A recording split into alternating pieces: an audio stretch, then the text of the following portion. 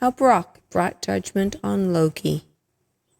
It was then that Loki, with the wish of making the Aesir and the Vanir friendly to him once more, brought out all the wonderful things he had gained from the dwarfs, the spear Gungnir and the boat Skidblanir. The Aesir and the Vanir marveled at things so wonderful. Loki gave the spear as a gift to Odin, and to Frey, who was chief of the Vanir, he gave the boat Skidblanir.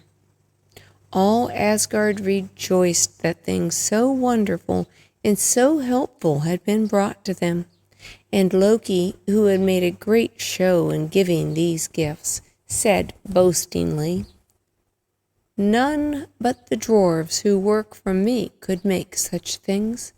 There are other dwarves, but they are as unhandy as they are misshapen. The dwarves who are my servants are the only ones who can make such wonders." Now Loki, in his boastfulness, had said a foolish thing. There were other dwarves besides those who worked for him, and one of these was there in Asgard. Unknown to Loki, he stood in the shadow of Odin's seat, listening to what was being said. Then he went over to Loki, his little unshapely form trembling with rage. Brock, the most spiteful of all the dwarves. "Loki, you boaster," he said. "You lie in your words. Sindri, my brother, who would scorn to serve you, is the best smith in Svartheim." The Aesir and the Vanir laughed to see Loki outfaced by Brock the dwarf in the middle of his boastfulness. As they laughed, Loki grew angry. "Be silent, dwarf. Your brother will learn about smith's work when he goes to the dwarves who are my friends and learn something from them."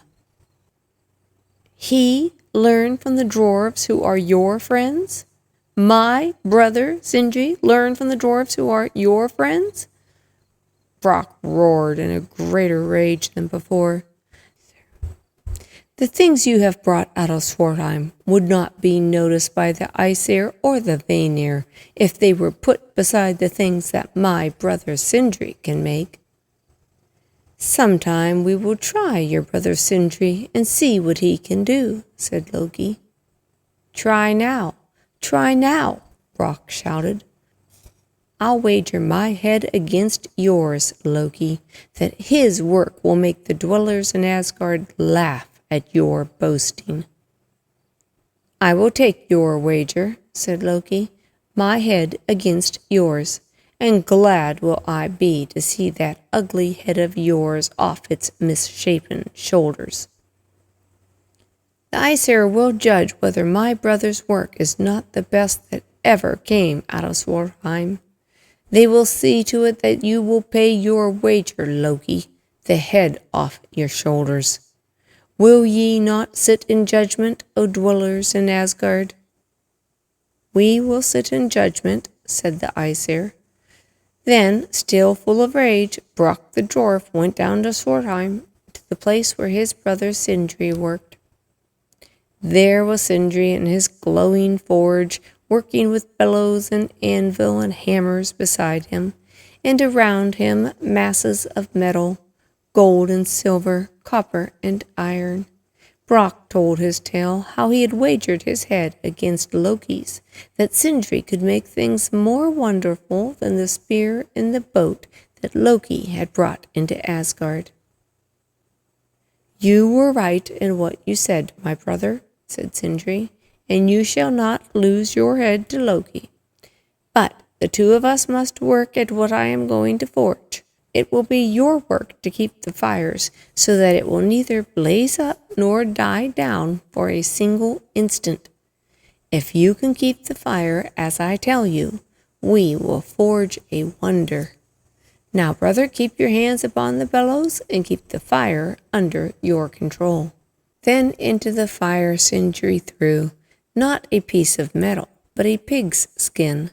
Brock kept his hands on the bellows, working it so that the fire neither died down nor blazed up for a single instant. and in the glowing fire the pigskin swelled itself into a strange shape.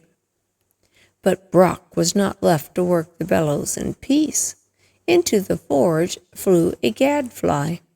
It lighted on Brock's hands and stung them. The dwarf screamed with pain, but his hands still held the bellows, working it to keep the fire steady, for he knew that the gadfly was Loki, and that Loki was striving to spoil Sindri's work. Again the gadfly stung his hands, but Brock, although his hands felt as if they were pierced with hot irons, still worked the bellows so that the fire did not blaze up or die down for a single instant. Sindri came and looked into the fire. Over the shape that was rising there, he said words of magic. The gadfly had flown away, and Sindri bade his brother cease working. He took out the thing that had been shaped in the fire, and he worked over it with his hammer. It was a wonder indeed, a boar, all golden, that could fly through the air, and that shed light from its bristles as it flew. Brock forgot all about the pain in his hands, and he screamed with joy. "This is the greatest of wonders," he said. "The dwellers in Asgard will have to give the judgment against Loki. I shall have Loki's head. I shall have Loki's head." But Sindri said, "The boar Golden Bristle may not be judged as great a wonder as the spear Gungnir or the boat Skidblanir. We must make something more wonderful still. Work the bellows as before, brother, and do not let the fire die down or blaze up for a single instant."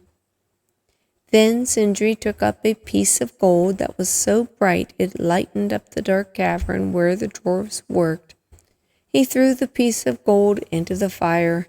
Then he went to ready something else and left Brock to work the bellows. The gadfly flew in again. Brock did not know it was there until it lighted on the back of his neck. It stung him till Brock felt the pain was wrenching him apart, but still he kept his hands on the bellows, working it so that the fire neither blazed up nor died down for a single instant.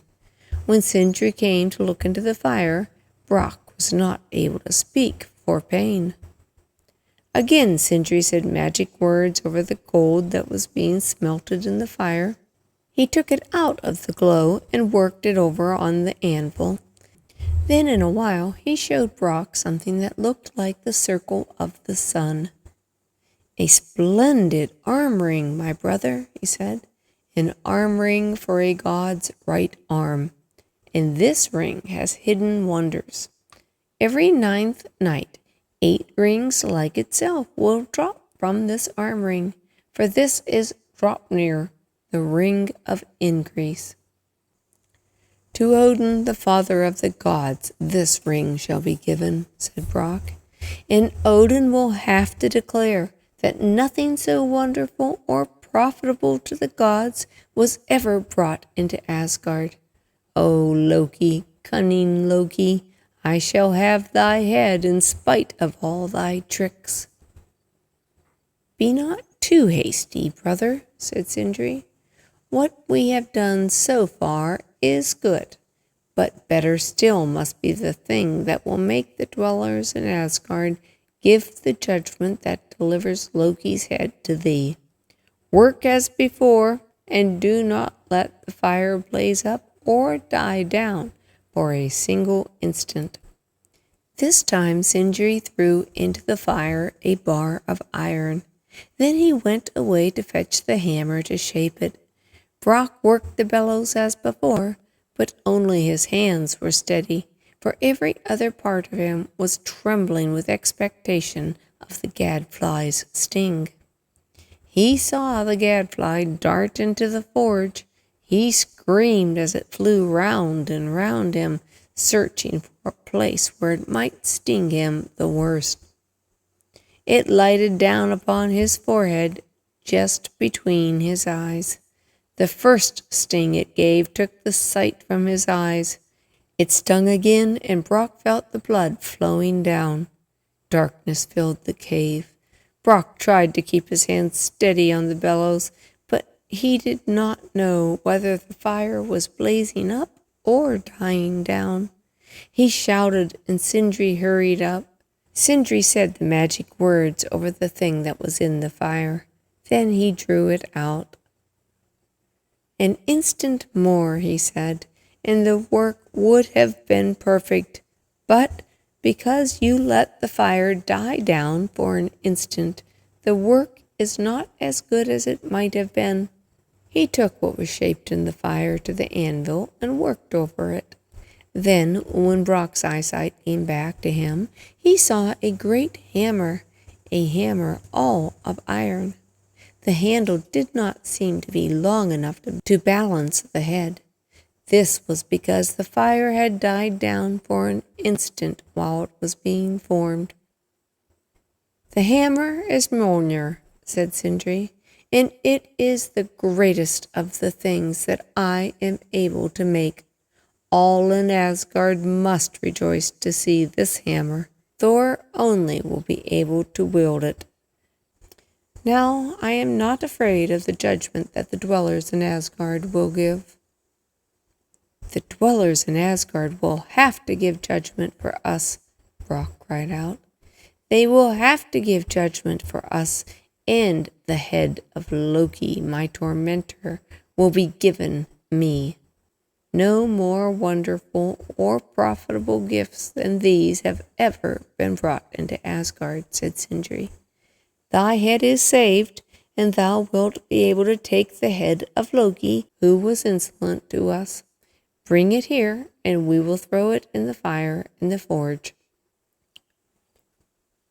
The Aesir and the Vanir were seated in the council house of Asgard when a train of dwarves appeared before them. Brock came at the head of the train, and he was followed by a band of dwarves carrying things of great weight. Brock and his attendants stood round the throne of Odin and hearkened to the words of the Father of the Gods. "We know why you have come into Asgard from out of Svartalheim," Odin said. "You have brought things wonderful and profitable to the dwellers in Asgard. Let what you have brought be seen, Brock. If they are more wonderful and more useful than the things Loki has brought, the spear Gungnir and the boat Skidbladnir, we will give judgment for you."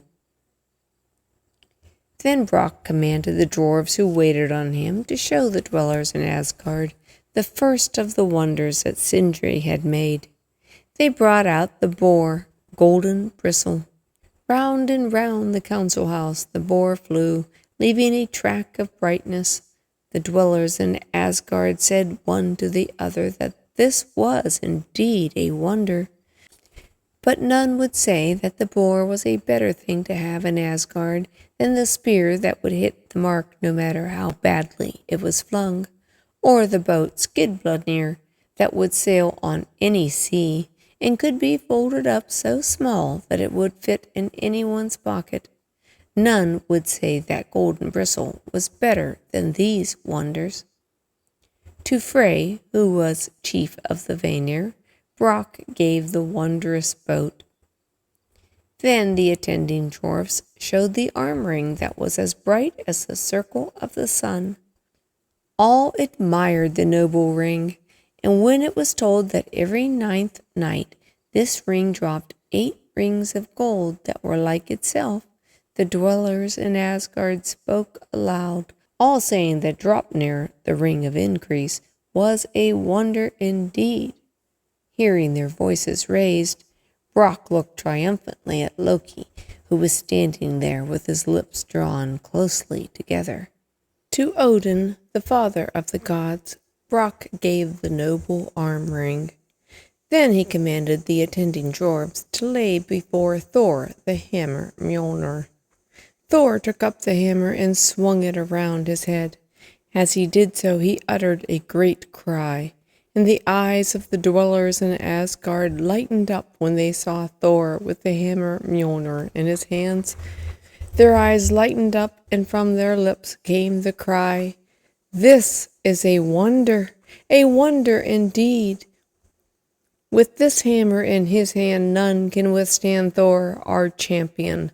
No greater thing has ever come into Asgard than the hammer Mjolnir. Then Odin, the father of the gods, spoke from his throne, giving judgment. The hammer Mjolnir that the dwarf Brock has brought into Asgard is a thing wonderful indeed, and profitable to the gods. In Thor's hands it can crush mountains, and hurl the giant race from the ramparts of Asgard.